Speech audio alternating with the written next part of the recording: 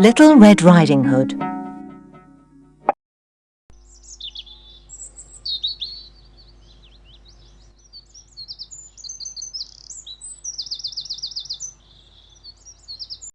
Once upon a time there was a girl called Little Red Riding Hood.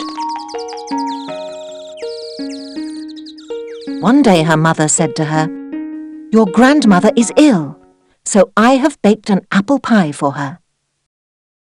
Little Red Riding Hood found a jar of jam and some cookies. They packed all the goodies in a basket, and Little Red Riding Hood set off through the woods. "Be sure you're home before tea time, and don't talk to any strangers," called her mother. Little Red Riding Hood came to a clearing, and suddenly a big grey wolf appeared in front of her. "Where are you going, little girl?" he asked in a friendly way. "I'm going to see my grandmother," replied the girl, forgetting what her mother had told her about strangers. "Why don't we have a race to see who gets there first?" suggested the wolf.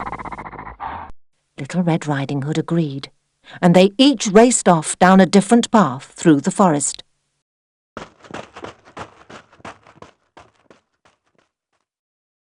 "This is my lucky day," thought the wolf, as he ran as fast as he could toward Grandmother's cottage. "Not one, but 2 meals for my hungry tummy. Yum, yum."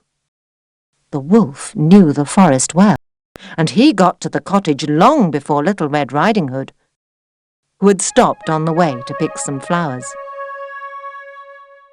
He knocked on the door. "Who is it?" asked Grandmother. The wolf replied in a little girl's voice, "It's me, your little granddaughter. Please let me in." "The door is unlocked, dear. Come right in," said Granny. The wolf leapt through the open door and gobbled up poor Granny in one go.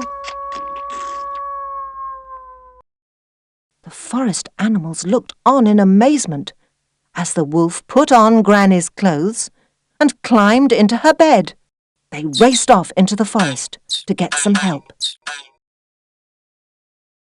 Little Red Riding Hood arrived at the cottage and knocked on the door. "Let me in, Granny, it's me," she called. "The door's unlocked. Come right in, dear," replied the wolf. The little girl walked in. But it was so dark in the cottage that she could barely see her grandmother. "Goodness, Granny, you don't look yourself today. You must be so unwell," said Little Red Riding Hood. She sat down next to the bed and said, "My, what big eyes you have!" "All the better to see you with, my dear," said the wolf. "And what big ears you have!" said the girl. "All the better to hear you with," replied the wolf. "And what big teeth you have, Granny!" said Little Red Riding Hood. "All the better to eat you with," cried the wolf. And he leapt out of bed and swallowed her up in one gulp.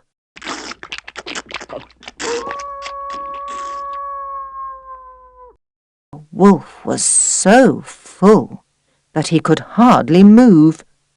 He crept outside to the barn to have a nap in the straw. Little did he know, but the forest animals were waiting for him. They knocked him out with a pitchfork handle, tied a rope to his tail, and hoisted him up into the air. He was very heavy, but they tugged and tugged until Little Red Riding Hood and her grandmother came tumbling out of his open mouth. Everyone cheered. The animals chased the wicked wolf away into the forest and shouted at him not to return. Little Red Riding Hood decided that she would listen to her mother and never speak to strangers again. And do you know what? She never did.